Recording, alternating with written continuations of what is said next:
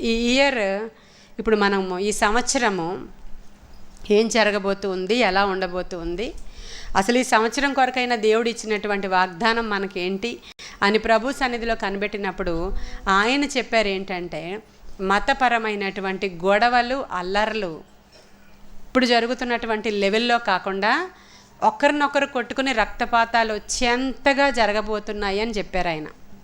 అంటే ఇంక మతపరమైన అల్లర్లు, గొడవలు చాలా ఎక్కువ. ఇంకా మామూలుగా ఇప్పుడైతే నోటితోనే తిట్టుకుంటున్నారు యూట్యూబ్లో. ఎక్కడో ఛత్తీస్గఢ్ లాంటి దగ్గర ఇలాంటివన్నీ గొడవలు జరుగుతూ ఉన్నాయి, కొట్టుకుంటున్నారు, ఇల్లు మీదకి వెళ్ళిపోతున్నారు. అదంతా అలా కాకుండా ఇవి జరగబోతూ ఉన్నాయని బయలుపరిచారు దేవుడు.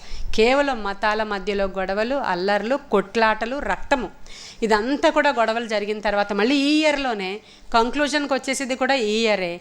ఏం కాదు, అన్ని మతాలు సమానమే అని మళ్ళీ వచ్చేస్తారంట. కానీ ఈ లోపల చాలా అల్లర్లు జరగబోతూ ఉన్నాయి.